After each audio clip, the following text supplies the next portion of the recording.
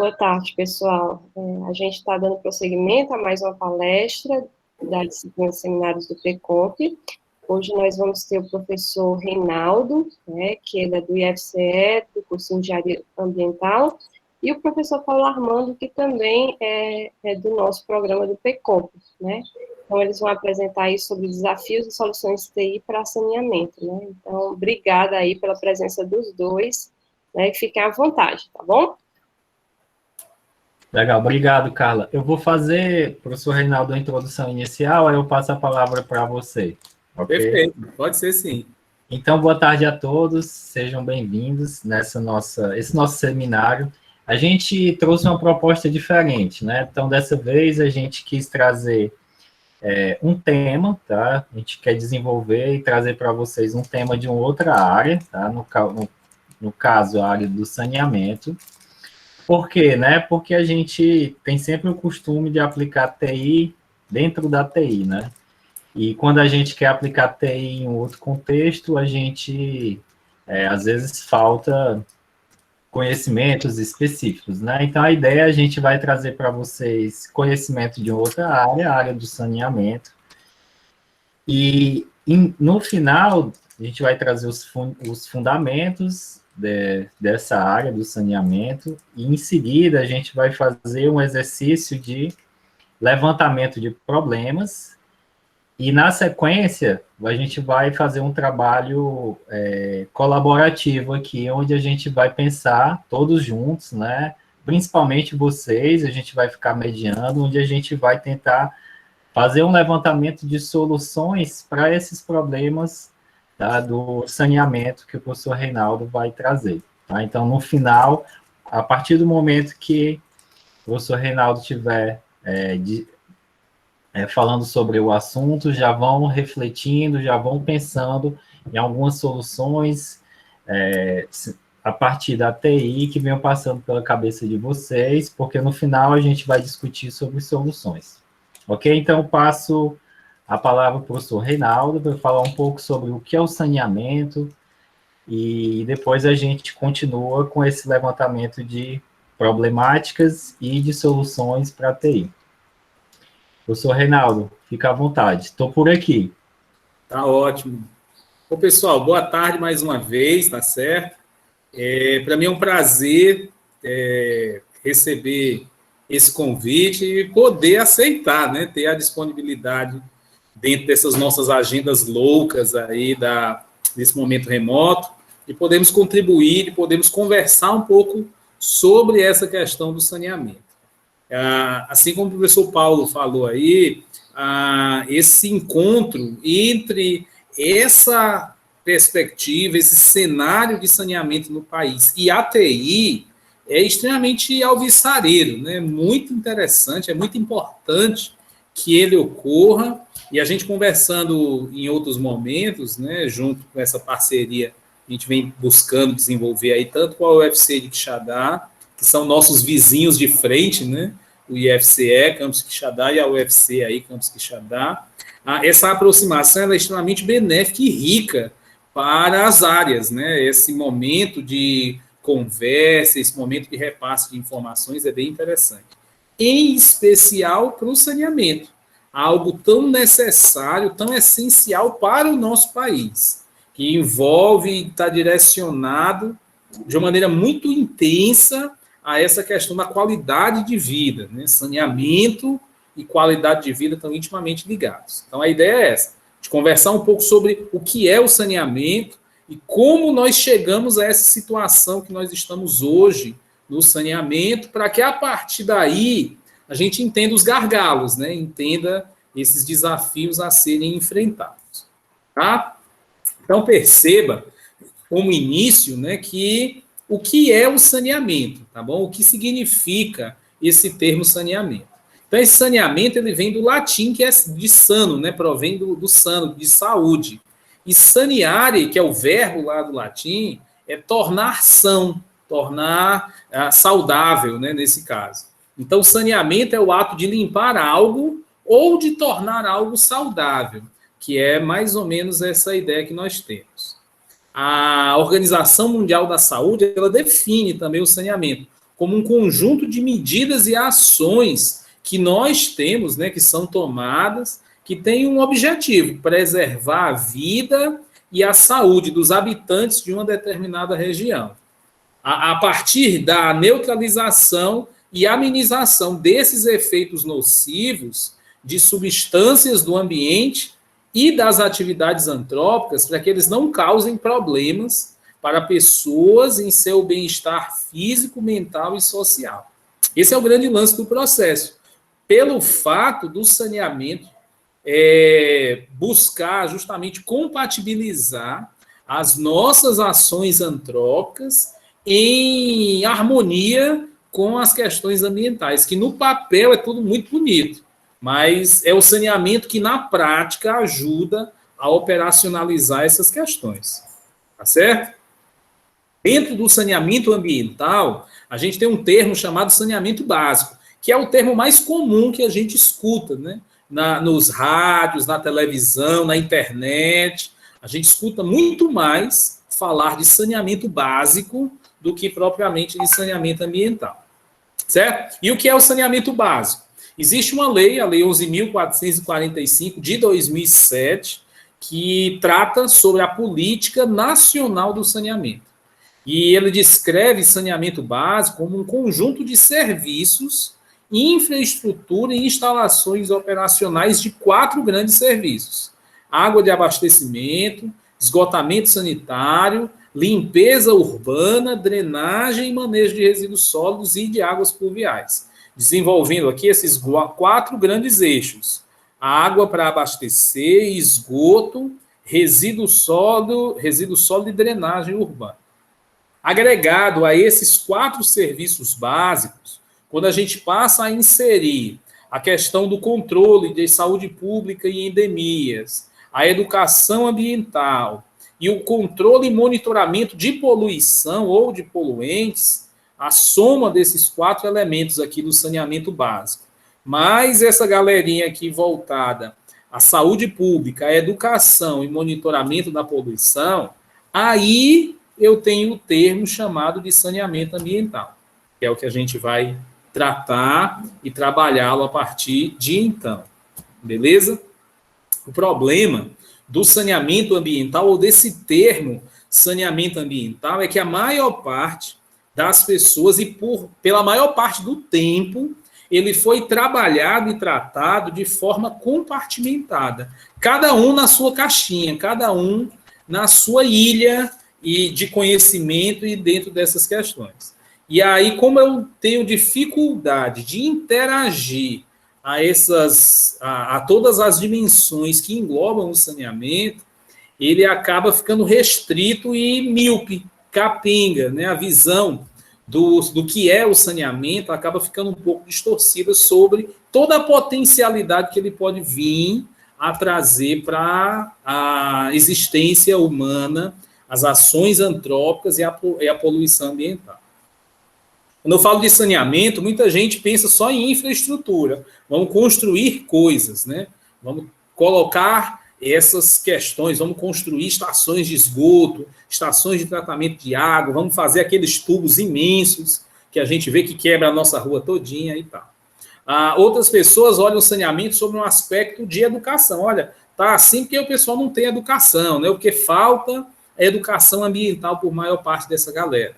Ou observa saneamento sobre a ótica da saúde pública, ou sobre a ótica da poluição, dos poluentes ambientais e dos problemas ambientais causados pela ação antrópica, ou simplesmente pela legislação, ou pela ausência dela. E a gente vai ver que essa composição desse saneamento é o somatório de todas essas condições, de todas essas visões diferentes que se tem sobre o saneamento para a gente conseguir chegar. E como ele afeta diretamente a saúde das pessoas, a qualidade ambiental de onde a gente está inserido, e a saúde, a qualidade ambiental e a qualidade de vida dessas pessoas, ele é alvo de preocupação nossa, e foi assim desde a antiguidade. A gente pode ver... Diga, professor, por favor. Só um detalhe. A gente, se tiver alguma observação, alguma dúvida, a gente pode te interromper durante o... Pode, por favor. Pode, que o momento agora é da gente bater um papo, da gente conversar. Tá, pessoal, então qualquer dúvida sobre algum conceito ou curiosidade, vocês podem abrir o microfone ou falar aqui diretamente no chat, que eu vou estar atento aqui. Perfeito, que essa é a ideia, da gente bater um papo sobre essas questões. Tá? Então, eu estava falando que essas civilizações antigas também tinham essa preocupação, porque elas já conseguiam fazer essa relação muito mais direta entre saneamento, saúde e qualidade de vida para as pessoas, como a gente observa no Egito, como a gente observa na Roma Antiga, na antiga Mesopotâmia e Babilônia, esses aquedutos aqui da época de Roma, né, para trazer água tratada ou água dentro dos padrões de potabilidade da época de diversas regiões, né? Então, a gente tem esses vestígios dessas civilizações que já buscavam desenvolver ações e atividades voltadas ao saneamento. E aí, por conta disso, a gente teve um período na nossa história onde essa perspectiva, essa ideia do saneamento teve um declínio, né? A gente vinha desenvolvendo um conjunto de tecnologias nesse sentido, e nesse período aí da chamada Idade Média, as pessoas fugiram para os campos, né, para formar os feudos, e depois retornaram desses feudos de volta à produção do que a gente hoje chama de cidades, que nem sempre estavam adaptadas e preparadas para esse crescimento rápido.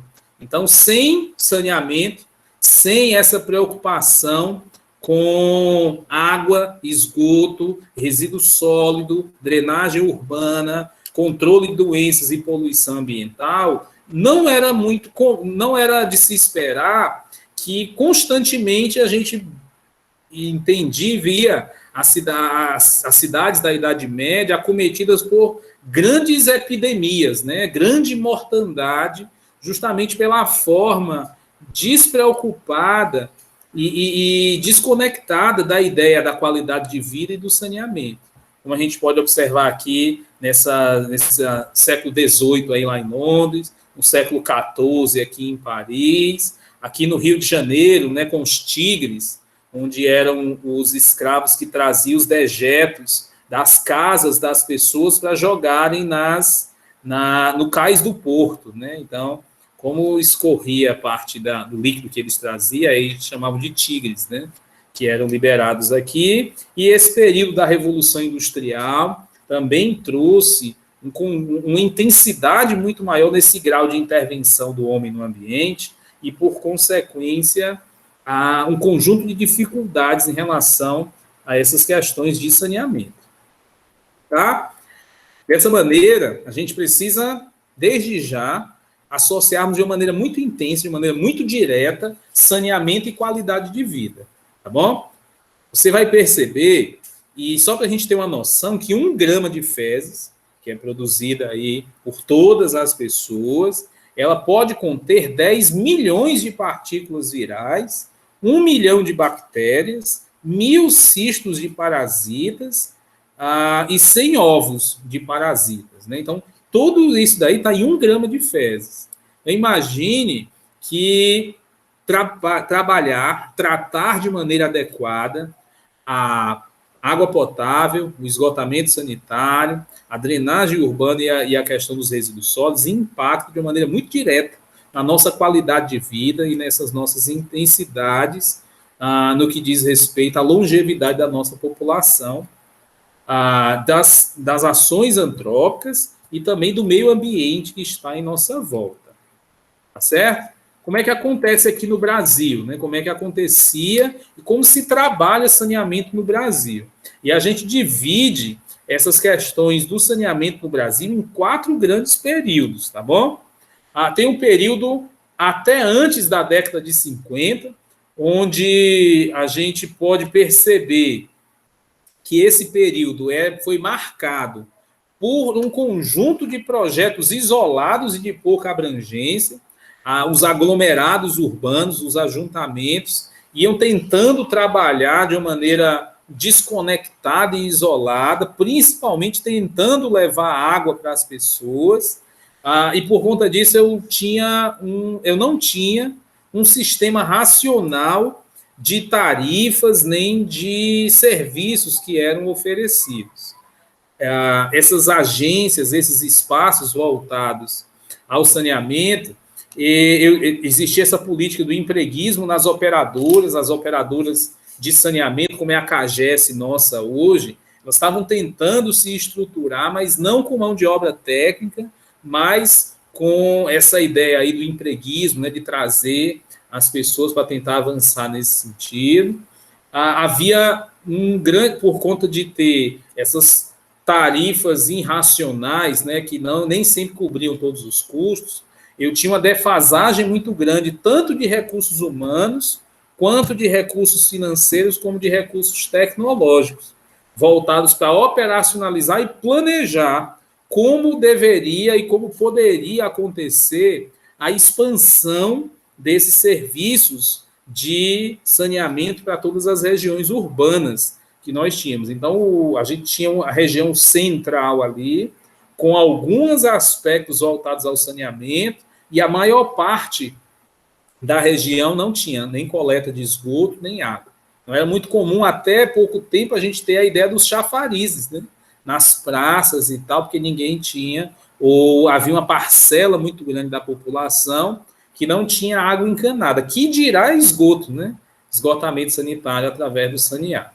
Então, veja que somente, até a década de 70, somente metade da população urbana tinha acesso à água e somente 19% da população tinha acesso, não ao tratamento do seu esgoto, mas à coleta do seu esgoto, tá? Entre a década de 70 e a década de 86, houve aquele período da ditadura militar, e nesse período foi marcado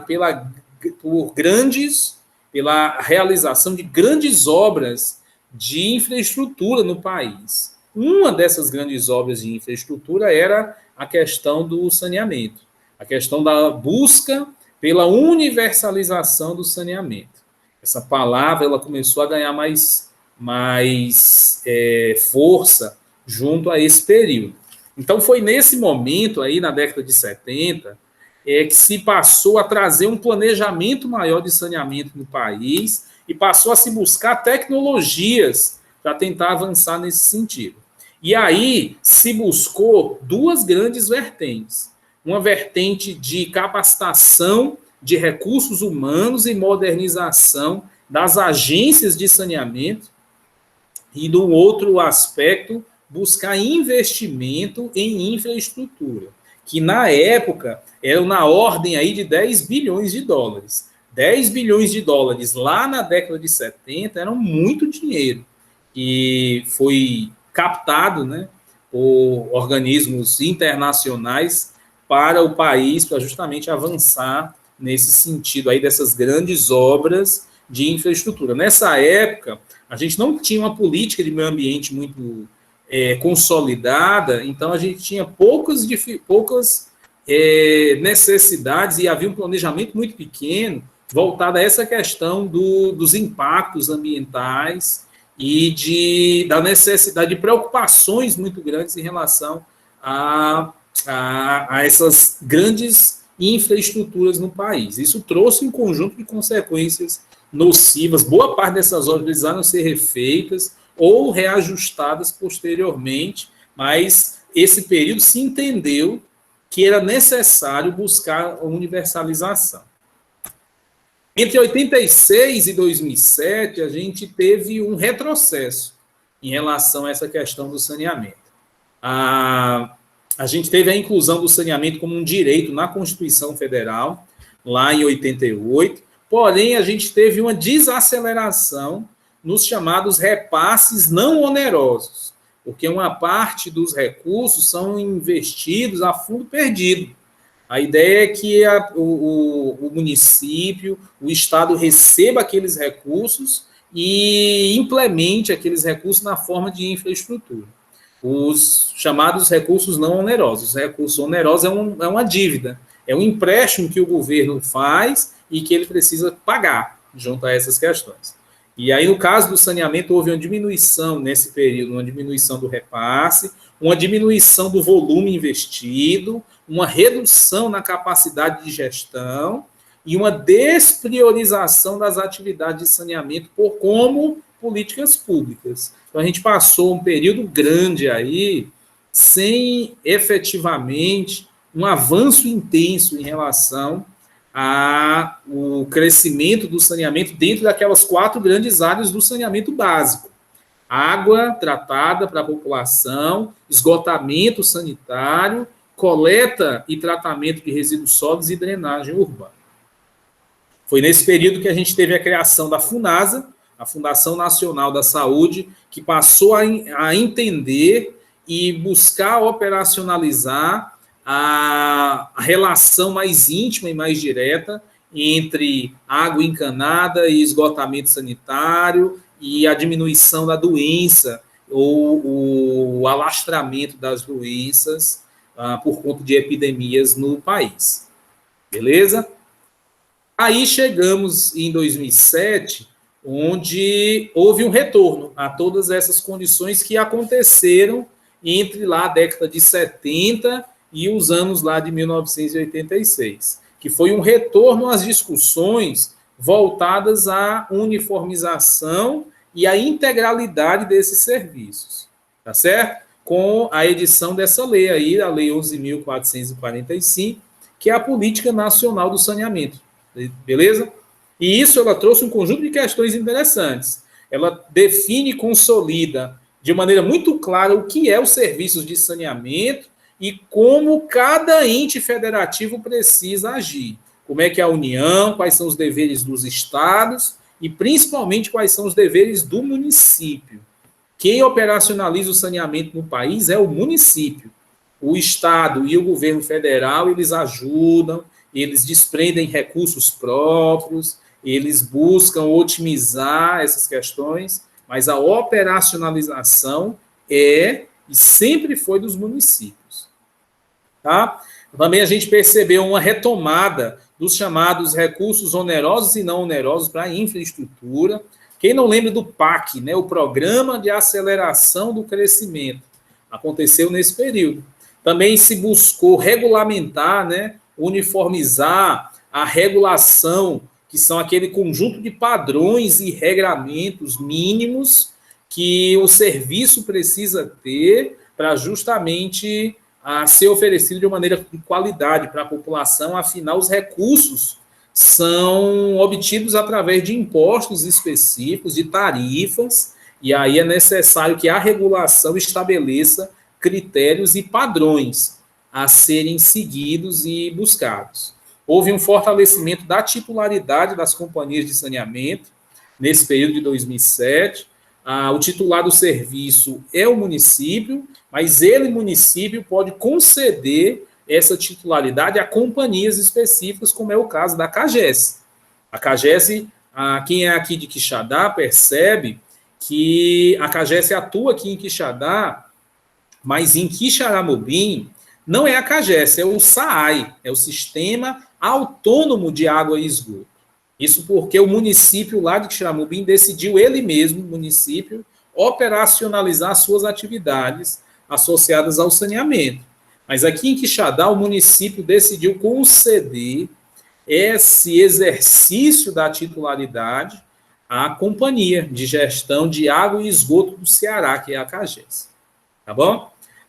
E essa lei também ela passou a inserir o chamado componente controle social na operacionalização do sistema. O município planeja, presta o serviço, estabelece os padrões de qualidade e passa a fiscalizar se isso é feito. E tudo isso é permeado através do controle social, a sociedade civil organizada, observando e fiscalizando, acompanhando essa questão dos recursos. Tá bom? No papel tudo é muito bonito, certo? Na prática acaba não acontecendo de uma maneira eficaz. Mas esse é o planejamento de como o processo foi feito. Depois dos anos de 2013 até agora 2021, a gente teve um avanço muito mais intenso, uma aceleração na busca pela universalização, através de um instrumento previsto na política de saneamento chamado PLAN-SAB, Plano Nacional de Saneamento Básico. A ideia é que como é que eu vou buscar universalizar se eu não sei nem onde é que eu estou? Então, o plano de saneamento buscava justamente entender onde nós estávamos em relação a isso, o que é que estava faltando, e a partir daí traçar um cronograma associado a essas questões, e é exatamente aqui, pessoal, que se localizam os gargalos, que se localizam os desafios que a TI pode vir a nos ajudar nesse sentido, tá bom? Por exemplo, você observou que muito se avançou, mas que era necessário se buscar a elaboração de legislações e marcos legais para o setor de saneamento, que aconteceu agora, em 2020.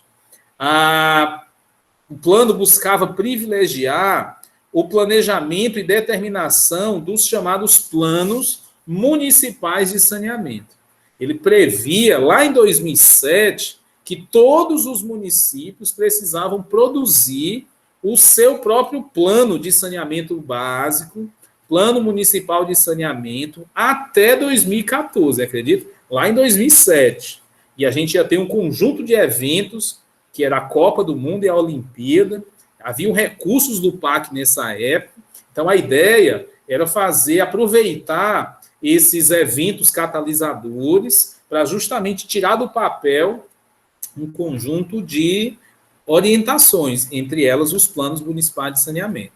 Foi até 2014, se percebeu que não ia dar para cumprir esse prazo em 2014, se estendeu até 2020, se percebeu no ano passado que também não ia dar para cumprir, e se resolveu não colocar mais datas, acredito, se buscar o Ministério de Infraestrutura e a FUNASA, o apoio da FUNASA e do Ministério de Infraestrutura, e a partir daí se estabelecer padrões e metas específicas e adaptadas a cada município, ou a cada grupo de municípios de acordo com a sua população. E aí você tem metas para cumprir para 2024, 2028 e 2031, onde se estipula, né, que até lá, 2031, todo o país ele possa ter atingido, ter alcançado essa ideia da universalização dos serviços de saneamento. Certo? No PLAN-SAB também se buscou melhorias dessas atividades de gestão dessas companhias. Foi possível trazer um conjunto de outros profissionais para justamente melhorar essas atividades de gestão, gerenciamento e monitoramento do setor de saneamento. Eu também tive como avançar junto ao saneamento rural, porque a ideia de saneamento, qualidade de vida, era muito associado somente à população urbana. Mas a população rural também precisa de água encanada e de qualidade. Também precisa de tecnologias para tratar o seu esgoto, para justamente avançar no que diz respeito à coleta e de exposição final de resíduos sólidos. E então, dentro dessas questões também, a gente avançou em relação a essa questão do saneamento rural. Reinaldo. Oi, diga, professora. Me lembrou aí minha mãe, ela trabalhou na FUNASA quase uma vida inteira, né? Acho que eu não sei se antes era a antiga SUCAM. Também. Passou para a FUNASA, né? Exato. Aí teve uma época que minha mãe, ela trabalhava no Juazeiro, depois foi para o Crato e depois para Fortaleza. Aí eles cuidavam da questão da saúde indígena, né? Então, então a FUNASA era responsável por toda a população indígena. E aí minha irmã, ela foi contratada passou uns 3 anos lá na FUNASA como terceirizada, né? Não como concursada. Ela passou uns 3 anos fazendo saneamento básico para a comunidade indígena. Aí ela era arquiteta e mais uma equipe de engenheiro e outras pessoas viajavam no Ceará inteiro, né? E ia para as comunidades indígenas, né? Então, o engraçado é porque, assim, às vezes eles iam para comunidades que não tinham onde se hospedar, eles se hospedavam Na própria aldeia, né? Na própria aldeia dos índios lá. Aí teve uma vez que os índios se rebelaram e prenderam. Meu Deus. E prenderam eles lá. Mas, assim, o que eu quis entrar é porque era a comunidade, você diz aí que muitos, né, se fala no saneamento urbano, e aí você trabalha com saneamento rural, mas dizendo que a FUNASA também cuidava do saneamento das comunidades indígenas, né? Verdade, viu? É verdade. E é interessante ver que nem todo mundo consegue fazer essa ligação entre as obras de saneamento e essa questão da saúde. Se a Organização Mundial da Saúde, ela até faz esse paralelo e descreve que para cada real que você, ou dólar, né, no caso deles lá, né, cada dólar que você investe em saneamento, você economiza 4 em saúde, porque esse pessoal vai ficar menos doente, essa galera vai precisar vai trazer menos pressão sobre o sistema de saúde. E isso é fantástico quando a gente observa em termos de cálculo, né? Só que na prática, naquele período lá de 86 a 2007, se passou a observar que eram obras muito caras e que essas obras ficavam enterradas. Elas ficavam subterrâneas lá, né?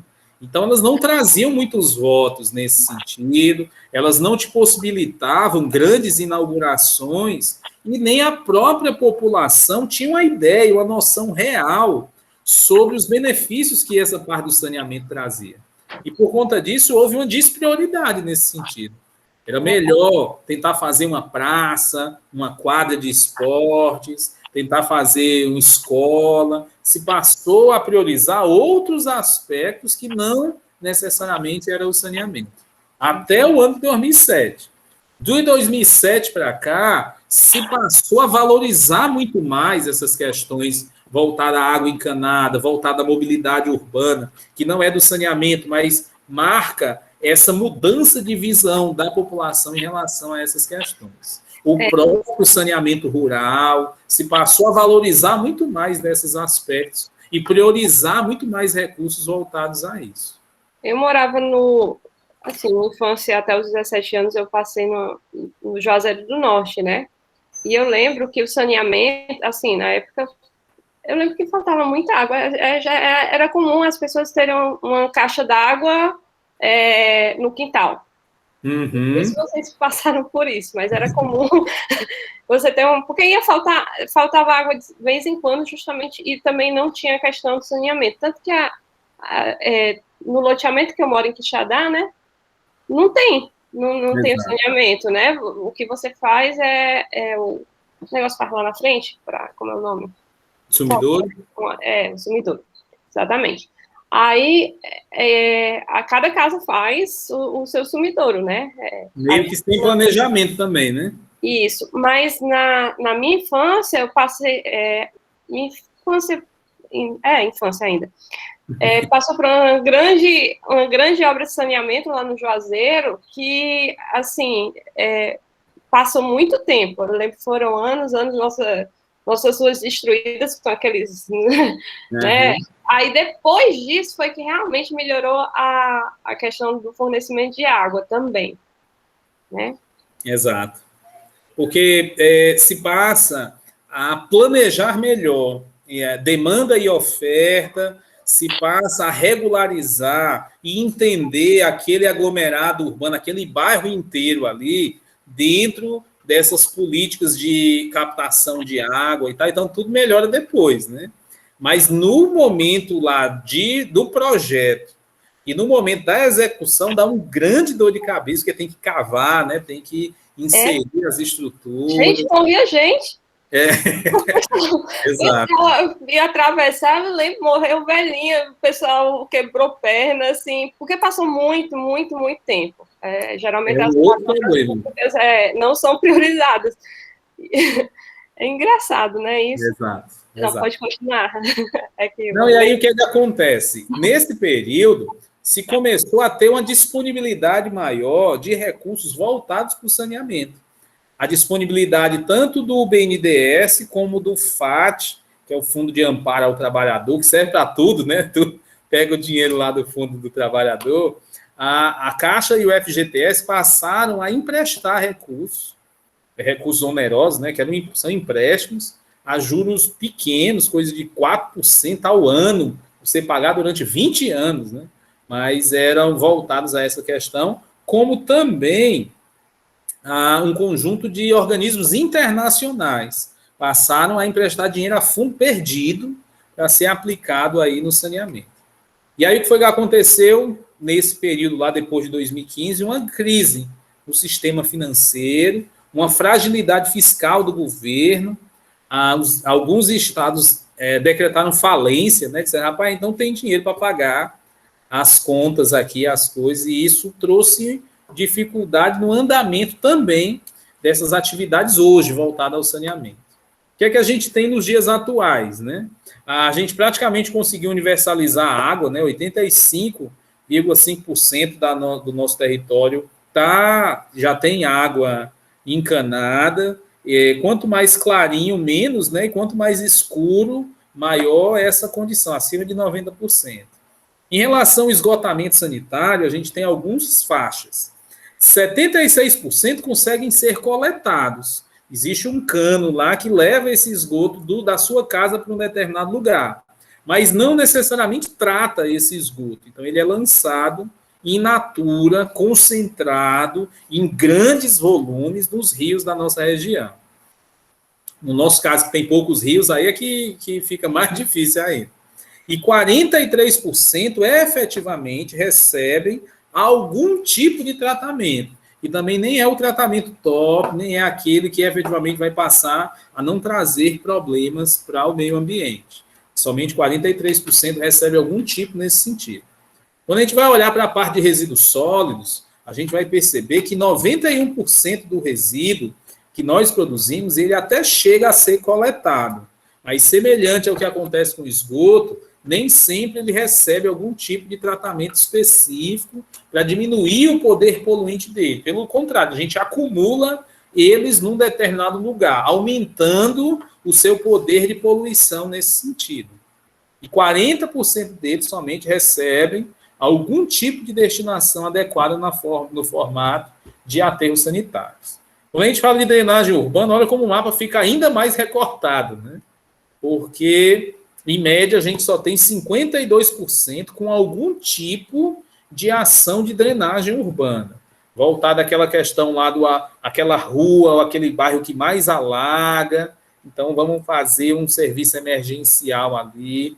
Então, ele é ainda muito irregular, essa questão da drenagem urbana. A gente costuma dizer que é o primo pobre do saneamento. Pouco se fala sobre drenagem urbana, poucos estudos de uma maneira específica e intensa a gente tem no país voltado a essa questão aí de drenagem urbana. Tem um bairro da rodoviária, né, Quixadá, que... Sim, Quixadá é clássico ali, o alagamento do bairro. Se todo mundo espirrar junto, não, mentira, não. Mas por qualquer tipo de chuva, uma intensidade superior a 10 minutos já é suficiente para fazer com que aquela região toda alague ali. Muito por conta de uma ocupação irregular de uma calha do rio Sitiá, que existe ali, né, naquela região. E aí acabou justamente impossibilitando o escoamento de uma maneira mais intensa. Mas tudo por conta de falta de planejamento da ocupação urbana, né? E agora, que já está todo mundo lá, tira todo mundo? Não, agora tem que buscar justamente fazer uma drenagem mais efetiva, tanto na calha do rio antes de chegar na rodoviária, quanto depois que passa ali da rodoviária, porque você pode resolver o problema rodoviária, mas pode inundar o Campo Novo, que é o outro bairro que está mais embaixo. Então, é necessário uma ação coordenada nesse sentido também. E aí, quais são os desafios nesse sentido no momento atual, né?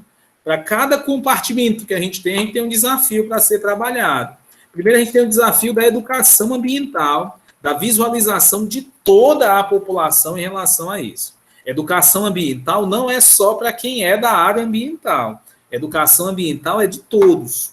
é necessário que todos nós possamos construir a nossa consciência ambiental, porque a educação ambiental sensibiliza e cada um de nós se conscientiza. Ninguém conscientiza ninguém, a gente sensibiliza, tá certo? Então, na atualidade, a gente precisa se apropriar da ideia do controle social, que é um dos pontos-chave aí para a gente fazer avançar o saneamento.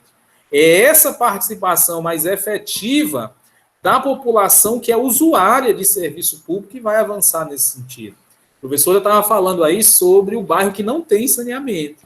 É necessário que essa informação ela possa estar lá na prefeitura. A prefeitura coleta impostos para trabalhar nesse sentido. O IPTU ele serve muito para isso também.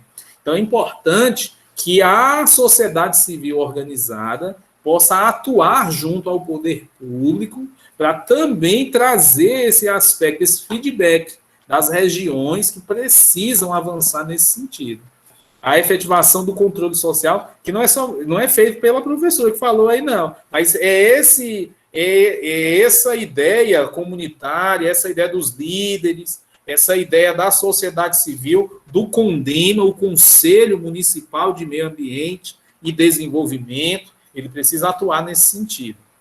A gente ainda tem uma participação ainda muito diminuta, muito pequena e pouco, como é que a gente pode dizer? Pouco engajada nesse sentido, quando a gente fala em termos de representatividade dessa sociedade civil organizada. Esse é um dos desafios, né?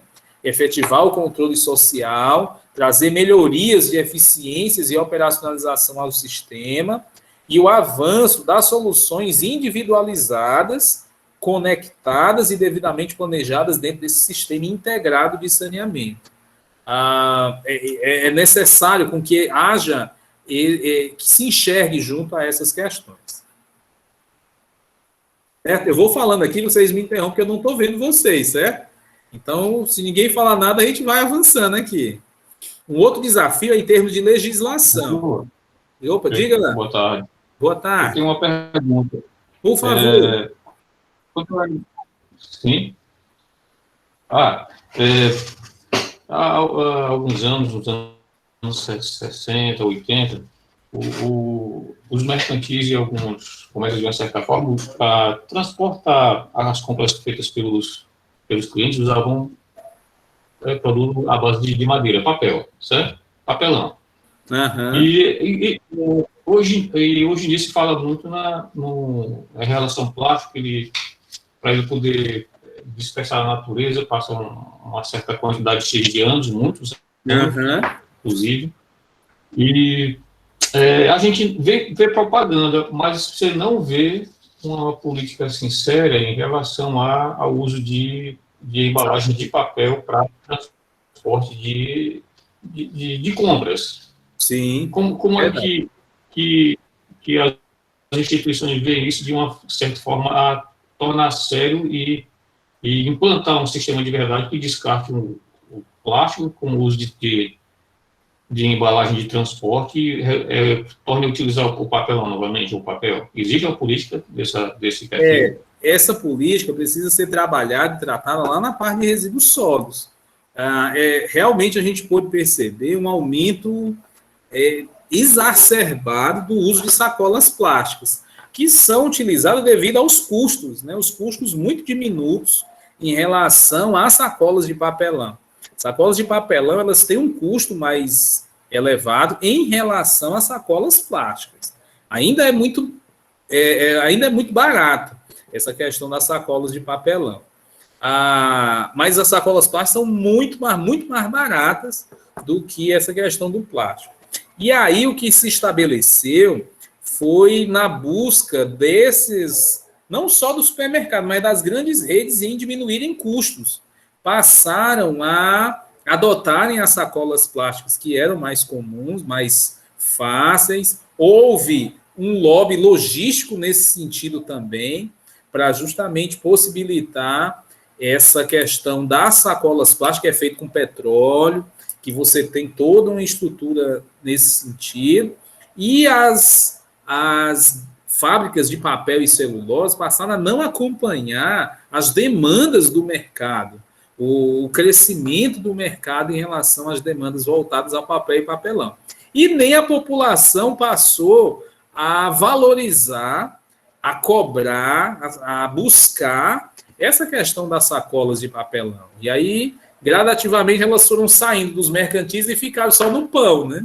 Ficaram muito mais próximas, muito mais direcionadas somente a essas questões menores, né, junto a essa tiragem. O que a gente tem visto hoje é o retorno a isso. A busca pelo retorno às sacolas de papelão, a busca por uma consciência, a busca pela população mais consciente em relação aos danos que isso traz, não somente ao meio ambiente, mas a ela também. Ela passou a perceber que ela também é afetada em relação a essas questões ambientais. E quando queima o lixão aqui de Quixadá, não sei se vocês lembram disso, mas vinha uma nuvem tóxica para a cidade, né? O ar da cidade ficava mais visual, né? A cidade ficava mais acinzentada. Isso muito por conta da queima do que a gente mandou para lá. E a maior parte que a gente tinha lá eram sacolas, pilhas e baterias, restos de embalagens que também são plásticos, e aí elas voltavam para cá nesse sentido. Eu não sei se eu respondi, mas para a gente voltar às sacolas de papelão, a gente precisa de uma política pública voltada a isso. Tá? Posso avançar? Não existe a política pública para isso. Ainda não. Ainda não. Obrigado. E aí a gente tem um desafio voltado à legislação. É necessário que a gente tire do papel ou passe a produzir os chamados planos municipais de saneamento. Agora, em 2020, essa lei 14.026, 14.206, trazem um marco legal para o saneamento, ou um novo marco legal para o saneamento. Ele basicamente estabeleceu que os municípios podem exercer essa titularidade de uma maneira muito mais aberta nesse sentido. Os municípios podem exercer essa titularidade através de chamamentos públicos com tempos menores e compartimentados. Eu posso estabelecer, eu como titular do serviço, posso estabelecer uma empresa que venha tratar água ou levar água para um bairro distrito X e esgotamento através de uma outra empresa nesse sentido. Eu poderia permitir que essa empresa pudesse fazer investimentos e cobrar da população na forma de tarifas por esses investimentos realizados. E aí se gerou uma grande preocupação nas empresas que hoje fazem esse serviço, tendo em vista a priorização de certas regiões que são superavitárias em decorrência de outras regiões que são deficitárias. Você vai perceber que onde vai dar lucro essa questão do saneamento é nas regiões metropolitanas, onde você tem uma quantidade muito maior de usuários. E nessas outras regiões, o saneamento não necessariamente lhe dá lucro sob o prisma meramente financeiro, mas você tem outros aspectos que precisam ser devidamente valorados, como é o caso da diminuição dos problemas associados à saúde, como é o caso das questões associadas aos benefícios ambientais e a diminuição dos impactos ambientais nos locais de disposição final. Esses daí não são valorados, não são monetizados. Mas aí, se a gente olhar única e exclusivamente sob o prisma financeiro, algumas regiões, tratar esgoto hoje não gera lucro, gera um déficit, que é coberto pelo tratamento da água. E aí, nem todas as regiões, através desse novo marco legal, encontrariam locais ou empresas interessadas a fazer isso. Mas a ideia do marco legal é oportunizar que nas regiões dos locais que fosse possível, que houvesse uma abertura maior para esse tipo de trabalho. A gente tem um desafio da inserção também. a inserção de mais ações de saúde pública e combate à poluição ambiental no planejamento das ações de saneamento dos municípios.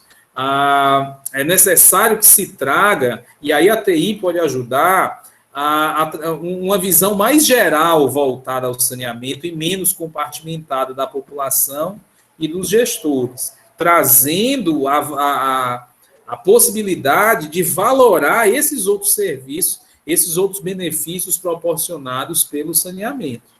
Tá?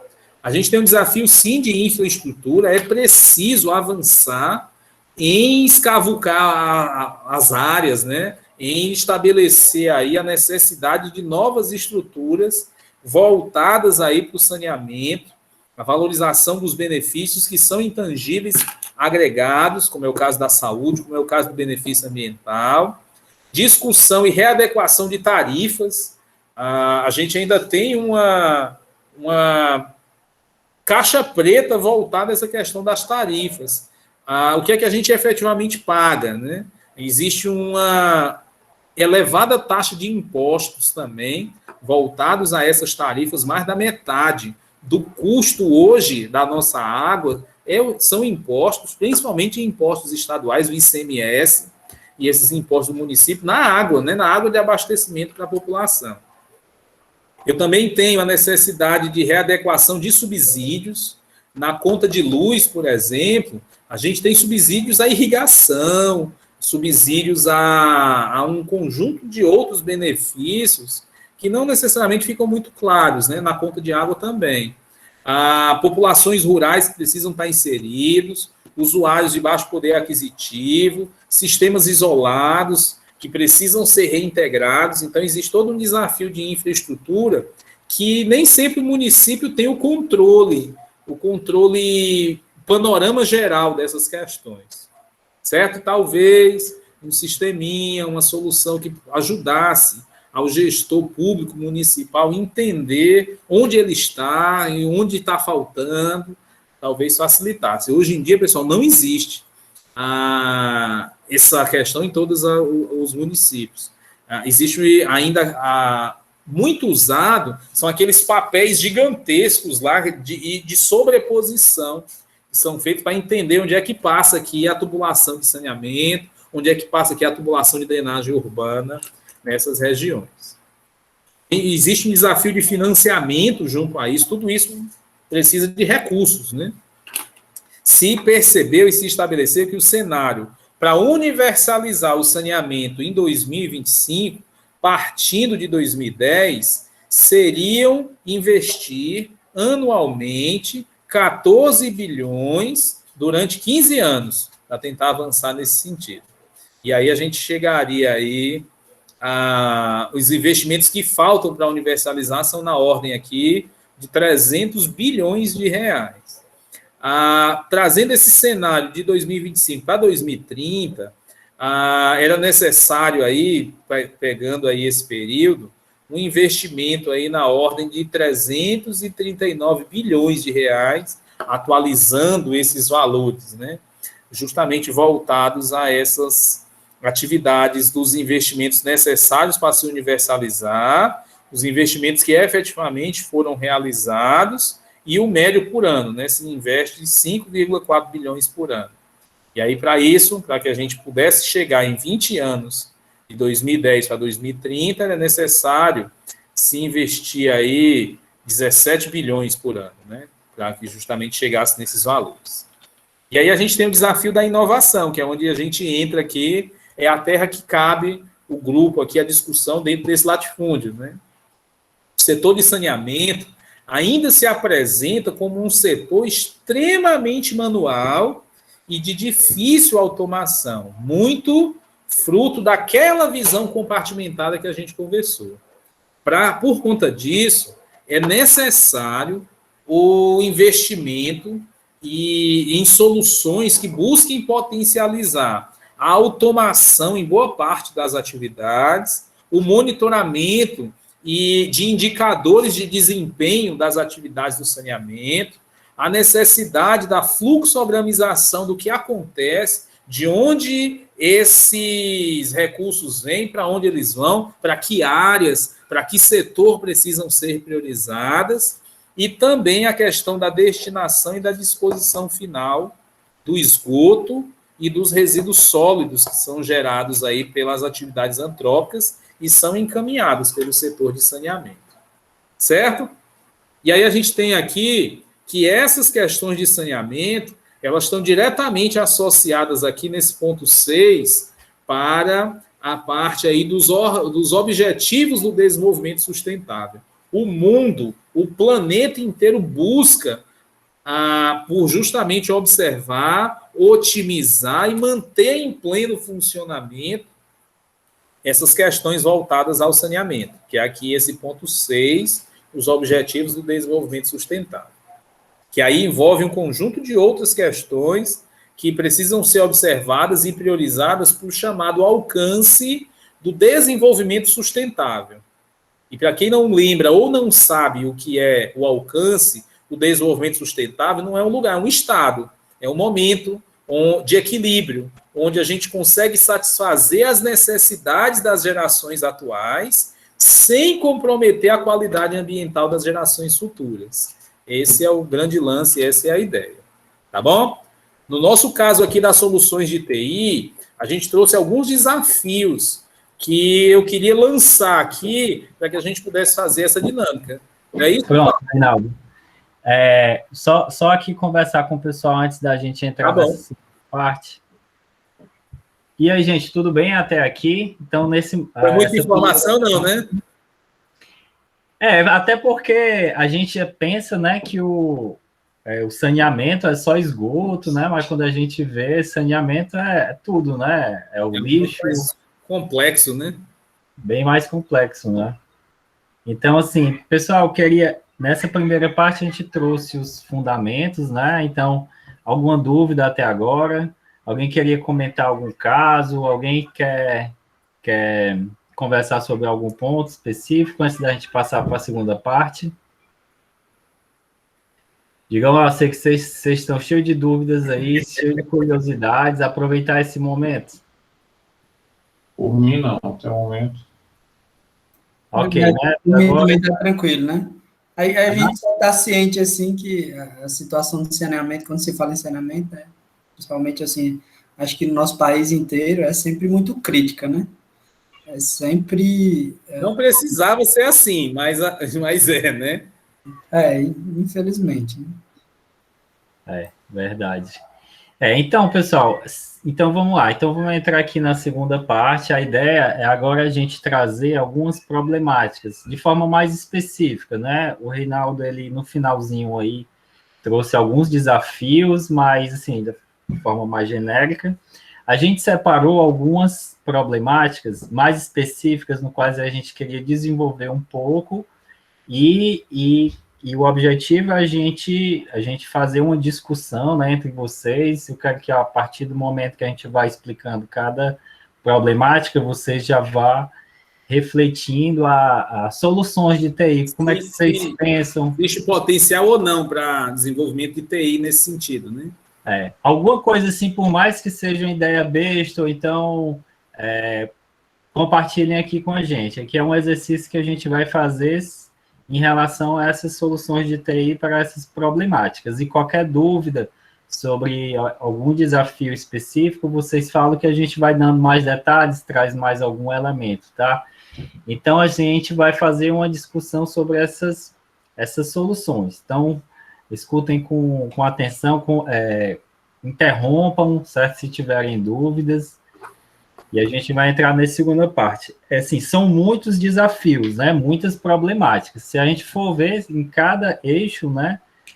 Como em cada eixo do saneamento, tratamento de água, de esgoto, a gente pode pensar, enxergar milhares de problemáticas. Mas a gente trouxe algumas mais relevantes ou algumas que a gente conseguiu pensar. E, de repente, se vocês lembrarem de alguma problemática, vocês podem adicionar aqui. Você pode ver que se na sua região vocês sofrem com isso. Por exemplo, no caso do abastecimento de água, um dos fatores que são interessantes e que podem encontrar na TI aí uma ajuda nesse sentido são a redução das perdas de água e aumento dessa oferta hídrica. Muito se fala sobre fechar a torneira, né, quando estiver escovando o dente, observar banhos mais curtos, e isso são hábitos que são importantes, que são interessantes, mas perceba e entenda que boa parte das perdas que a gente tem de água não acontece aqui. Aqui é o caminho da água, né? Ó.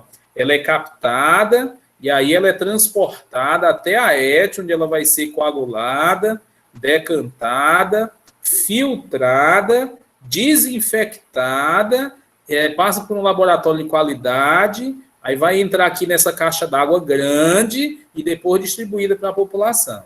E aí o que é que acontece? A gente perde água aqui nesse trajeto, a gente perde água aqui nesse ponto, precisando lavar os filtros, e perde água aqui nesse ponto de distribuição da água até as casas das pessoas. E a companhia de saneamento só nos cobra depois que entra aqui no hidrômetro, né? Depois que passa aqui do hidrômetro.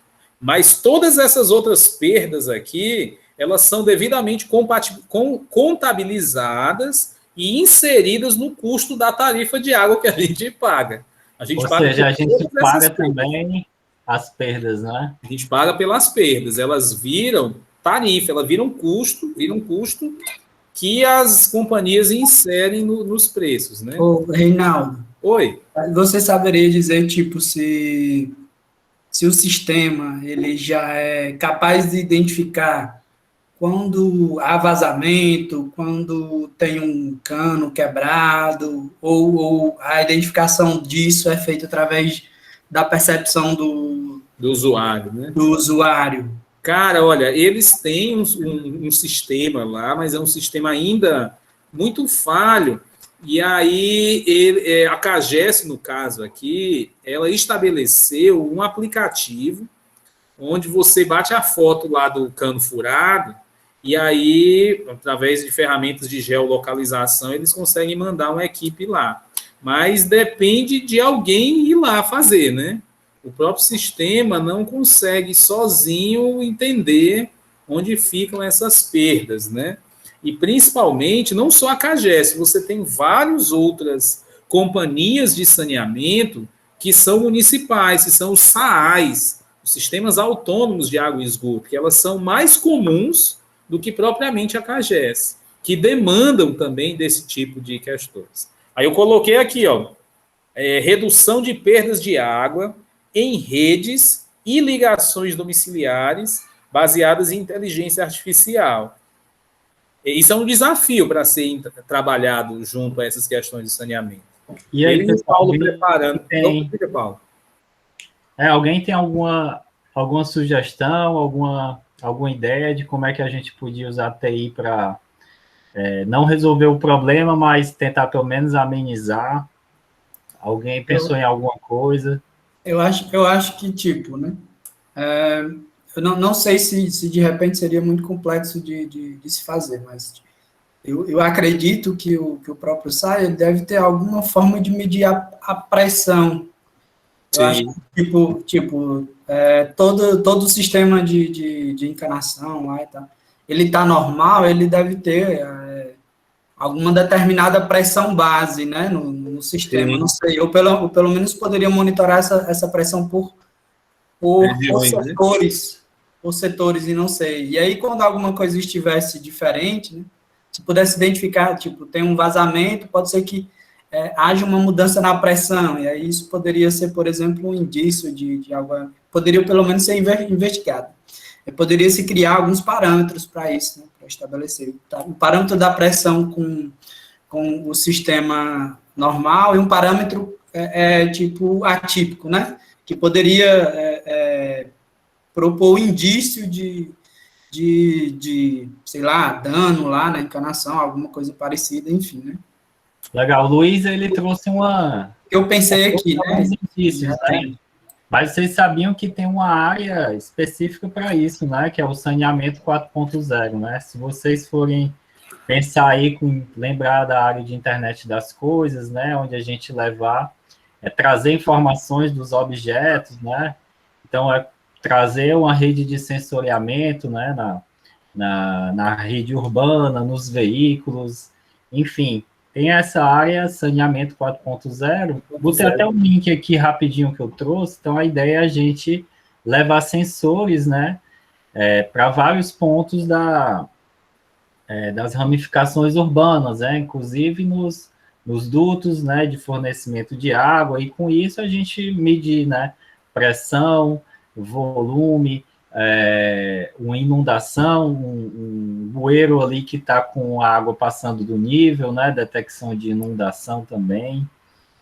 Então, essa é uma área interessante, né? Então, assim, só resumindo, reforçando a ideia desses seminários, a gente está trazendo também ideias de temas, desafios de pesquisa, né? Então, essa área do saneamento é uma área cheia de problemáticas, no qual tem bastante também incentivo, tanto governamental, privado, para resolver problemas desse tipo, né? Então, dei uma olhadinha depois nessa área saneamento 4.0, e aí... Só complementando aqui, né, amigo? Eu fiz um curso de 5G da Huawei, né? E, assim, lá durante o curso, uma das aplicações do uso do 5G futuro, né, é para monitoramento de distribuição da rede elétrica, sabe? E é baseado nisso, né? Só que lá, como é externo, né, é um pouquinho diferente, porque eles propõem o uso de drones para poder monitorar a rede, e aí utilizando toda a estrutura futura que deverá ser implementada, né, para poder transmitir informações e até possivelmente uma rede de sensores com internet das coisas, né, dispositivos em pontos estratégicos. E aí é um pouco mais fácil, porque pode se utilizar drones e tal, né, mas poderia-se, por exemplo, tentar ver a possibilidade também do uso futuro do 5G, que com certeza vai demorar um pouquinho ainda para se consolidar no Brasil, né, mas já poderia ser alguma coisa que a gente poderia ir pensando, né, para ver se daí tem como integrar, como utilizar essa tecnologia para tentar aplicar de alguma forma nisso, né? Verdade. A gente tem também a rede de comunicação de longo alcance, LoRa, né? Então, de forma que a gente já pode até implementar sistemas de monitoramento e detecção de alarmes, né? Para esse tipo de casos. O Gabriel e a Camila levantaram a mão. Vai lá, Gabriel. Tu ia falar alguma coisa? Nessa questão de evitar desperdício dentro de casa, eu também tinha pensado nessa abordagem de IoT. Eu até vi uma palestra onde eu trabalho que tem bastante gente pesquisando a respeito de inteligência artificial com IoT, e estava só imaginando que chegou nessa discussão lá também, né? Então, estava até discutindo aqui em casa também, imaginando que a gente pudesse monitorar, né, todos os pontos de onde a gente obtém água na casa. A gente poderia coletar dados suficientes para usar a inteligência artificial para fazer alguns sistemas preditivos, né? Por exemplo, verificar, até o que o Luiz falou aí, poderia ser feito também, de descobrir pontos da casa onde estão acontecendo vazamentos, mas também poderia gerar outros tipos de dados, né? Outros tipos de insights a partir disso. Como, por exemplo... E essa questão da predição é muito interessante, viu? Isso, pois é. Aí, você poderia ter um app, supondo que a gente tivesse todos esses pontos, né, gerando dados para a gente, usando uma inteligência artificial, só supondo aqui. A gente poderia também descobrir pontos da casa onde a gente está gastando mais água, né? Por exemplo, estou gastando muita água para, sei lá, aguar as plantas aqui. Estou usando muita água para escovar os dentes. Isso é legal. Só um parênteses, Gabriel. Até porque a gente fala muito desse sistema de monitoramento energético para casa, né? Para a gente saber onde é que a gente está gastando mais de energia, né? Então, seria um comparativo, só que... Da água, né? Da água, né? Legal. E a gente não vê muito, né? A gente vê mais o de energia, né? É interessante que as empresas também, elas querem fazer uma relação entre quem está furtando água, né? Que fazendo os gatos, né? E aí, talvez, com essa relação aí entre quanto de água está chegando e quanto de água está sendo faturada, né, assim, também poderia ajudar a combater o furto, né, o furto de água. Isso do ponto de vista da empresa também seria interessante, né, para evitar aqueles problemas de reclamação, né, que dificilmente eles resolvem, né, a gente sabe disso. Exato. Então isso poderia ajudar, né, diminuiria o gargalo deles, talvez, desse tipo de problema de reclamação. Um desafio, Reinaldo, agora é saber se essa água perdida é água perdida ou furtada, né? Não, tudo vira custo para nós, quem paga, sabia? A empresa de saneamento não perde nada. Ela junta todos esses custos e dilui na tarifa. E tem uma grande porcentagem, né? Tu tinha até comentado uma vez. Exato. Quantos por cento é que é perdido? De 25% a 40% de água é perdida aqui, nesse trajeto. Dessa água que sai daqui, somente 60% chega aqui. Aí a gente pede para a galera aqui, quando for escovar o dente, fechar a torneira. É importante, mas não é esse custo aqui que seca o açude, não. A gente, por favor, eu não estou pedindo para que vocês não façam isso. É importante que a gente continue executando essas atividades de eficiência, de melhoramento dos nossos hábitos em relação à água. Mas, ao contrário do que as propagandas querem passar, não é esse ponto aqui que é o principal fator de desperdício de água sozinho, né? Eu tenho agregado a eles um conjunto de perdas aqui nesse momento de distribuição até a casa da galera, um conjunto de perdas aqui entre a captação e efetivamente chegar até a ET. Não é muito comum, não é muito distante da nossa realidade ver, por exemplo, a adutora de engate rápido que liga Quixadá, Quixamubim, romper os canos lá e passar dias e dias vazando água do açude de Pedra Branca até a cidade de Quixeramobim, porque foi preciso ser feito de uma maneira emergencial, fica a 40 quilômetros de distância. Essas adutoras de engate rápido custam R$1 milhão por quilômetro. Daqui para lá são 40 quilômetros, viu? E aí é necessário a gente perde muita água nesse trajeto aqui do açude até a ETA, a Estação de Águas. Da ETA, dentro aqui desse processo, a gente também perde muita água no processo de lavagem dos filtros, que é um outro problema que a gente tem, e aqui também, na distribuição até a casa da galera. Então, aumentar a oferta hídrica, podendo usar a inteligência artificial nesse sentido, é um dos desafios que a gente tem aí para enfrentar. Legal, a Camila levantou a mão também. Diga, Camila. Então, boa tarde. Eu participei de um projeto em Recife, que ele acontece anualmente, fechou as inscrições ontem, é bem interessante para quem é da TI, porque eles procuram pessoas que é da TI, mas é um projeto financiado por uma empresa particular, BRK, que eles buscam desenvolver soluções, e eles procuram, aí esse evento é para fazer jovens de todas as áreas, principalmente TI, engenharia ambiental, para se unirem e criarem ideias. No ano que eu participei, o meu projeto foi um dos vencedores, mas a gente tratava mais sobre o assunto educacional, porque a gente tratou sobre as águas nas fazendas, que muitas pessoas não conhecem, não tem, na fazenda não tem, né?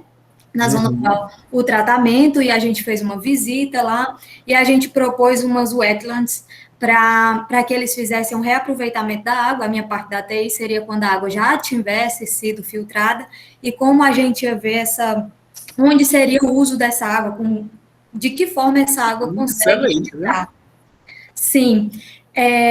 Infelizmente, a minha equipe, a gente foi financiada, eles financiam, mas a minha equipe não quis colocar o projeto para frente, e a gente saiu com outra ideia depois, só para continuar com a renda, né, e tal. Só que outra equipe que também foi financiada, eu acredito que eles colocaram a ideia para frente, era um uso desse que o rapaz falou, com drones para ver a compatibilidade da água, a água em tese gasta e a mensalidade que aquela pessoa está pagando de água, só que era um projeto milionário, se eu não me engano, deu 2 milhões de reais, mas a empresa se mostrou muito aberta a querer colocar isso em prática, que era com os drones para verificar se casas com piscinas ou pelo tamanho da casa, tinha muitos engenheiros nessa equipe, eles faziam todos os cálculos para saber se isso era compatível com o que estava sendo cobrado para evitar os desvios. E outra era com lodo, que não tem nada a ver com isso, mas, assim, não aqui. Mas uma ideia muito boa que foi feita no nosso campus foi um TCC de um colega da gente, em EC. O Felipe fez a parte embarcada da coisa, como o Gabriel estava falando, a parte da predição ele não fez, mas ele fez a parte embarcada, é uma torneira que contabilizava, que era automática, só ligava quando colocasse a mão e fazia as contabilidades. A parte de baixo, né? Aí agora falta a inteligência aí na torneira. Mas muito legal, eu gosto muito desse assunto. E tem pouca coisa sendo feita em vista da necessidade inteira que tem. Inclusive, Camila, tem muito incentivo aí, né? Os fornecedores, né? De água, eles estão incentivando aí o desenvolvimento dessas soluções, né? A própria CAGES abriu o edital, né, para financiar, né, soluções dentro dessas problemáticas. E projetos de até 400 mil reais. A ideia dela é escolher 10 projetos de até 400 mil reais que ajudem a melhorar essa questão das atividades que a CAGES pega água, drenagem e esgoto, né, dentro dessas questões. Um outro ponto que eu queria trazer que a TI pode ajudar é uma proposta de monitoramento e produção de parâmetros para reutilização do lodo gerado nas ETAs e recirculação dessa água. O que acontece é que aqui, nesse ponto aqui, não sei se dá para vocês verem, mas aqui tem escrito filtração, certo? Nesse ponto aqui, quando a água do açude está muito verde, esse filtro colmata, ele entope todos os poros que ele tem. Aí, para tirar isso, eles têm que injetar uma quantidade muito grande dessa mesma água, de baixo para cima, água tratada aqui, de baixo para cima, para desobstruir esses poros. E isso... eles gastam aí, semanalmente, dependendo do tamanho do filtro, de 80 a 240 mil litros d'água para desobstruírem esses poros. De uma maneira preditiva, se a gente tivesse condições de observar como acontece a dinâmica desses filtros colmatados, e relacionar com a quantidade de água ou a turbidez de água que tem aqui, eu poderia, de forma preditiva, observar como é que está essa questão da colmatação dos filtros e tentar ver como essa água poderia voltar para cá para eu poder reutilizar. Essa água é perdida, eles jogam fora aqui e ela vai embora. Ela não volta para cá, ela não volta aqui para o início do sistema, ela se perde, ela vai embora, acredita? Caramba.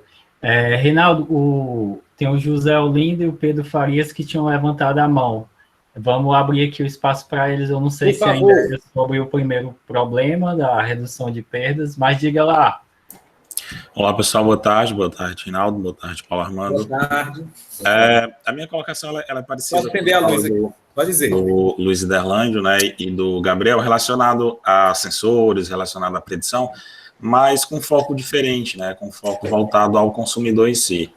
Eu queria relatar duas experiências distintas que eu tive, né, uma com a Enel, né, que é a atual detetora da distribuição de energia no nosso estado, e aí teve um período, eu estava executando uma pesquisa, em que eu passei a deixar o meu computador ligado toda noite, né, e aí depois de uns 10 dias eu recebi um e-mail da Enel falando que tinha detectado um consumo, uma variação de consumo muito muito atípica na minha residência, né? E eu achei interessante, né? Claro, eu sabia a fonte, eu sabia que isso ia ocorrer, eu estava com o computador executando um algoritmo toda noite, então eu sabia que isso ia ocorrer, mas ela me alertou, né, que isso é algo interessante. E aí, em relação à KGS, né, na minha cidade em si, em Cariús, a minha irmã teve um problema que quando ela recebeu a conta de água, veio R$1.200, né, e aí sem ter feito esse consumo, e o consumo em média era R$50, e no mês seguinte, R$1.200.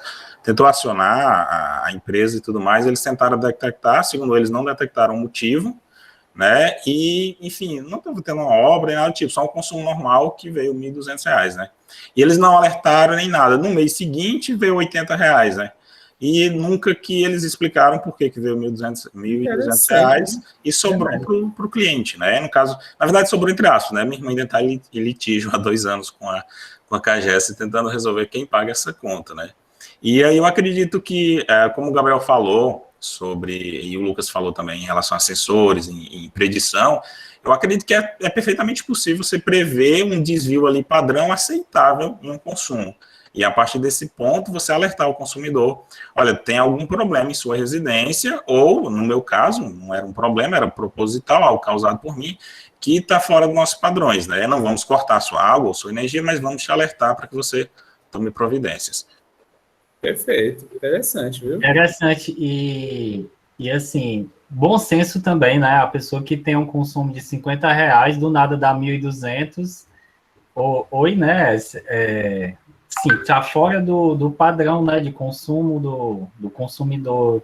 E assim, essas iniciativas às vezes fazem a diferença, né, de você tentar identificar o problema, né, e não assim um ficar jogando a culpa para o outro, né, e essa ideia aí da predição, né, e essa identificação de consumos anormais, né, isso é bem legal, porque ele já é uma forma de prevenir o consumidor, que às vezes ele nem sabe que está tendo um problema, né.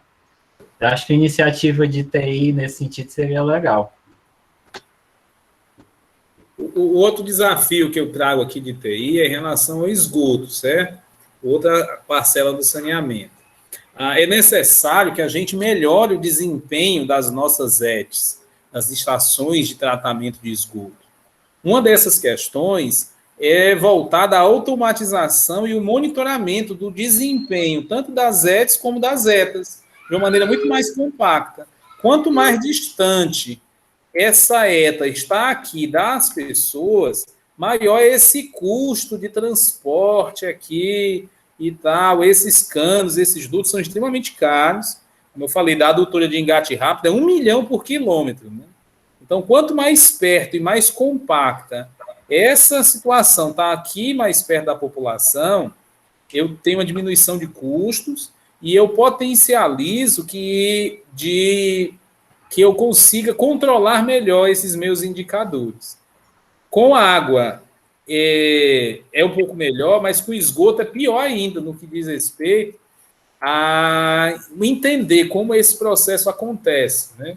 A gente não tem nada voltada a uma automatização mais intensa em relação às várias modalidades de esgoto que nós temos.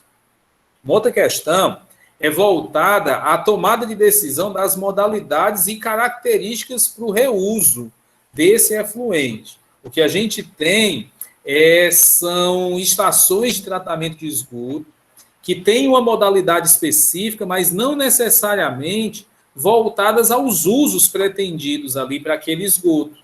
Aquele esgoto ele vai voltar para o rio, ou ele vai poder ser utilizado aqui na irrigação ou no paisagismo de um determinado parque ou um outro local. Ele vai poder ser utilizado ou reutilizado para abastecimento humano para fins menos nobres. A gente não tem nada disso, como a colega falou da Wetland aí, para ajudar o produtor rural, tanto urbano como rural, certo? Para ajudar o produtor a reutilizar e reinserir, aumentar a oferta hídrica em uma determinada região, em um determinado espaço, né? A ideia é que a TI também nos ajude nesse sentido. Eu não sou o representante da concessionária, não. Sou um estudioso da área, E a ideia é buscar justamente tecnologias alternativas para que a gente possa inserir, aumentar a oferta hídrica na região. Esse esgoto que vai ser jogado fora aqui, fora entre aspas, né? Porque ele vai para o rio e o rio dá continuidade. Mas ele poderia ser melhor utilizado para outros fins, não necessariamente inserido lá de volta para o ambiente. Ele poderia ser reutilizado. O que tu está querendo dizer é que ele não precisa ser totalmente tratado e ir para o rio, mas ele pode ser semi-tratado e ser utilizado com outras finalidades? Seria mais ou menos isso? Porque quem define o que ele precisa ser tratado é o fim, e não o contrário, né? A modalidade de esgoto que eu vou usar para tratar o meu esgoto, depende de que tipo de fim eu dou a ele. Atualmente, a gente está fazendo o inverso. Atualmente, a gente trata o esgoto, depois a gente vê o que é que a gente faz com ele, tá entendendo? E aí, esse mapeamento próximo às regiões da ETA, da estação de esgoto, que tipo de usos poderiam ser dados para essa água e que tipo de características essa minha água precisaria ter para, de uma maneira segura, ser utilizada por essa galera, poderia ajudar a aumentar a oferta hídrica na região. E eu nem precisaria fazer um super tratamento, superdimensionando esse tratamento do esgoto ou subdimensionando esse tratamento do esgoto, mas associando ele, direcionando ele a efetivamente os usos que a gente poderia dar. Legal. O Pedro tinha levantado a mão, agora que eu percebi. Diga lá, Pedro, era sobre esse problema ou sobre o assunto? É sobre isso aí e sobre os dois anteriores, sobre o anterior também. Uma observação, retornando à questão dos sensores, os sensores para colocar em tubulações, elas são subterrâneas, né? O custo é caro, né? É caro. Eu faria o seguinte, eu colocaria alguns sensores nos registros de água das residências e criaria um parâmetro de medição de pressão para ver onde é que a água está sendo perdida em determinada região. No caso seria uma região urbana, né? Porque os sensores nas residências ficariam nas casas, utilizando um determinado padrão de distância. A outra coisa também, em relação ao filtro, porque gera muita lodo, essas coisas, eu colocaria uma instalação elevatória e parte da água é para ser retratada, certo? Verdade. E a outra, e em relação a essa agora, eu criaria depósitos para essas águas que não são consumidas para beber ou para tomar banho, e colocaria tubulações duplas nas cidades, uma para água tratada e outra para água semi-tratada, para ser reutilizada para lavar a casa, para aguar jardim, para utilizações não primárias. Legal, acho que com esse problema aí que o Reinaldo levantou, né, de mapear, né, mapear as zonas, né, as zonas vizinhas, e a partir daí trabalhar em cima da tomada de decisão, né, vamos tratar ela toda, vamos semi-tratar, vamos reutilizar, né, acho que isso aí ia trazer vários benefícios, né, em termos de economia, ia beneficiar muita gente.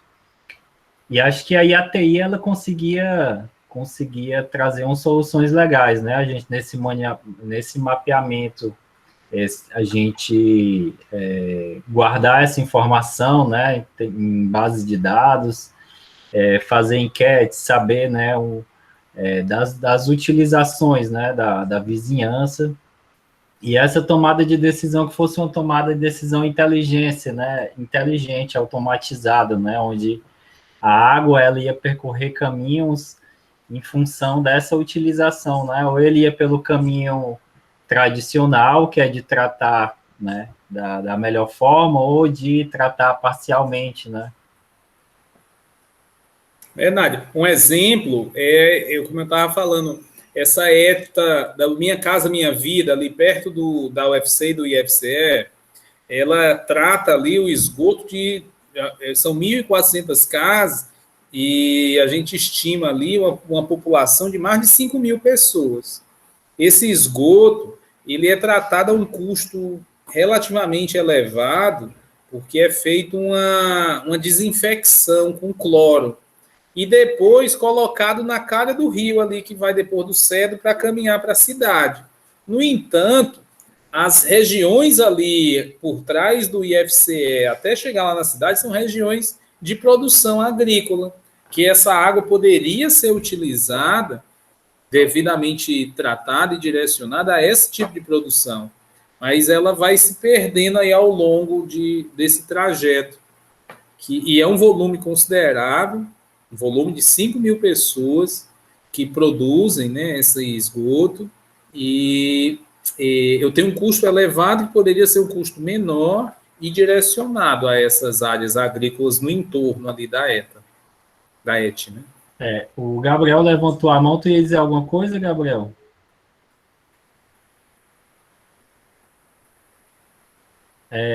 Enfim, acho que deu algum problema. Eu fico imaginando, Reinaldo, eu acho que é quando tu me corrige se eu tiver errado, mas eu acredito que essa falta de inteligência, de automação, é porque esse é um negócio muito antigo e essencial, né? Que na época, quando foram estruturados sem esses meios, né? Eletrônicos, eletroeletrônicos, sem comunicação, de forma que por exemplo, você falou, né, que tem estruturas que já estão de canalização, que já estão fixadas, e como é que você faz um desvio ali? Você disse até que os engates, né, são caros. Como é que a gente muda, né? Acho que o negócio teria que já ter sido lá no projeto, né? Hã? Não, e a ideia é que lá no projeto já pudesse ser trabalhado. Mas se não tem no projeto, é que se pudesse trabalhar essa questão, né, ao longo. Com certeza. Diga lá, Gabriel. Essa questão aí do monitoramento do desempenho das ETS e ETA, elas não são automatizadas atualmente, né? Não, a maior parte não. A maior parte é manual ou volumétrica, né? É a partir de um determinado nível de volume ali é que se passa de uma área a outra. É o que eu tinha pensado aqui, que seria interessante essa automatização, porque a gente poderia obter vários dados que poderiam servir como ferramenta, né, nessas audiências que a gente tem públicas, eu esqueci como é que chama, mas aqui sempre tem, aqui na cidade, é toda terça, para debates, né, a respeito de melhorias, a respeito de saneamento, do tratamento de esgoto, de água que a gente tem, né? Seria muito interessante para isso. Aqui, a gente não tem, cara. Aqui a gente não tem tratamento nenhum. A cidade é pequena e meio que a cidade... Gabriel? Oi? Onde é a cidade? É Pacajus. Eu estou morando em Pacajus atualmente. E, assim, a cidade cresceu, ela é pequena, mas ela cresceu de uma maneira que até o sistema de distribuição de água nem comporta mais o tamanho da cidade. A gente tem vários problemas de eles cortarem a água de regiões da cidade para poder economizar água. Eles fazem muito isso. E como eu moro na periferia, eu sou bastante afetado por isso também, né? Então, talvez a gente ter esses dados aí, se esses lugares fossem automatizados, a gente poderia levar essas problemáticas com mais informação para poder ser tratada e debatida melhor nas sessões que a gente tem. Verdade, viu? E o caso de Pacajus, ele é muito emblemático pelo fato de que a água que vai para a região de Fortaleza passa no açude de Pacajus, né? Exato. E a gente tratar esgoto da região leva essa água para o açude, que pressiona negativamente a ETA Gavião, né? Isso. Eu moro aqui bem perto do Beira-Açude aqui, cara, bem perto mesmo, eu moro na periferia. E tem vários casos de estabelecimentos, hotéis aqui, churrascaria, que simplesmente jogam esgoto para dentro do açude, né? Tem muito disso aqui. Acontece muito, viu? E, Reinaldo, te falei lá da praia lá do Iguape, lá não tem fornecimento de água. Lá ou você cava um poço ou você não tem água encanada mesmo, lá. A prefeitura faz até alguns pontos, alguns chafariz, para quem ali não tem dinheiro para comprar uma bomba, fazer a estrutura de bombeamento da água do solo, ela vai lá e pega a água do chafariz, né? Aí vai lá, ou então tem um cara... Tem uma fonte de água, né? Tem umas fontes de água que vem da rocha, né? Aí no caminho tem essa fonte de água natural, que o pessoal usa até para beber, mas a gente nem entende muito por que não levam água tratada para lá, né? Fornecimento de água. Não sei que decisões eles tomam para dizer, não, aqui não precisa, né? Exato, viu? Verdade. E aí vem essa questão da sociedade civil organizada, atuando junto, fazendo um ofício, encaminhando a gestão lá do município. Eu trouxe um outro aqui voltado à drenagem urbana, certo? A gente tem uma falsa ideia de que a gente não precisa fazer drenagem urbana. Não, nossa região chove uma vez perdido, precisa não. Mas, na verdade, precisa, porque um evento desse de inundação, ele pode levar a um conjunto de doenças e proliferar ali uma enfermidade para a maior parte das pessoas ali em um evento desse tipo. E aí, como é que é feito atualmente? Existem modelos que são equações, né, de contribuição dessas águas pluviais que constantemente são observados e comparados ao que acontece na prática, né?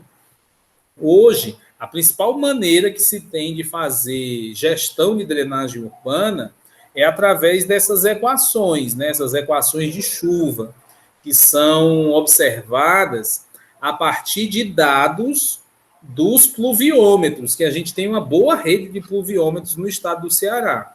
O problema dos pluviômetros é que eles medem uma determinada quantidade de chuva no período de 24 horas, mas eles não medem mais informações em relação à intensidade dessa chuva. Choveu 50 milímetros no meu município, tudo bem. Mas esses 50 milímetros choveram em 10 minutos ou foi em 24 horas, né? Foi de maneira mais espaçada ou de maneira mais intensa, como são as chuvas aqui na região do semiárido, né? Os pluviômetros não tem como saber, não, né? Não os pluviômetros, são os pluviógrafos. O pluviógrafo sabe, né? O pluviômetro não tem. Aí a gente tem poucos pluviógrafos e menos ainda esse uso pela a prefeitura ou a empresa que faz a gestão do saneamento sobre questões mais específicas. Quais são os bairros que mais alagaram? Por quanto tempo? Qual foi essa relação desse alagamento e da chuva que aconteceu? Há quanto tempo foi feita a limpeza? Essas bocas de lobo, elas recebem só água pluvial ou também recebem esgoto? Então, essas informações, elas também são importantes para o mapeamento e para a tomada de decisão enquanto o que fazer, como ampliar essa rede de drenagem, tá? Então, colocou aqui... Opa, diga, Paulo. A gente não mistura, não, né? Esgoto é um canal, vai ser tratado e a água da chuva é devolvida? Como é que funciona? O que acontece é que existe um sistema chamado separador absoluto, que é o sistema que a gente utiliza hoje de esgoto. O esgotamento sanitário ele não é para se misturar com a água de chuva, porque a água de chuva, o destino dela é o rio, para que o rio possa dar continuidade a essa questão. E o esgoto é para ele ser levado a uma estação de tratamento de esgoto, para que ele seja diminuído o seu poder poluente, para que a partir daí ele possa sim ser devolvido ao rio. Na hora que eu junto tudo, ou eu preciso superdimensionar a minha ET, a minha estação de tratamento de esgoto, porque ela está carregando água de chuva que teoricamente não precisava ser tratada, ou, como é o que acontece na maioria dos casos, eu libero para o rio uma grande quantidade de água e de esgoto junto, né, de esgoto dentro dessas questões. Então, existem redes separadas para cada um deles, né? Mas nos locais que não tem, vai tudo para essa galeria pluvial. O Pedro levantou a mão aí. Diga lá, Pedro. Reinaldo, professor, se eu entendi bem, o senhor disse que o pluviômetro ele não mede o tempo em que a água, enquanto está chovendo, é isso sim? Não, ele não mede a intensidade, ele mede ao longo de um período de 24 horas.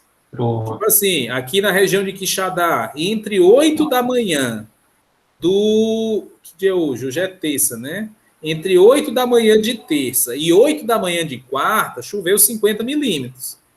Mas eu não tenho informações de se esses 50 milímetros aconteceu em 10 minutos, em 2 horas, ou ao longo das 24, passou 24 horas chovendo.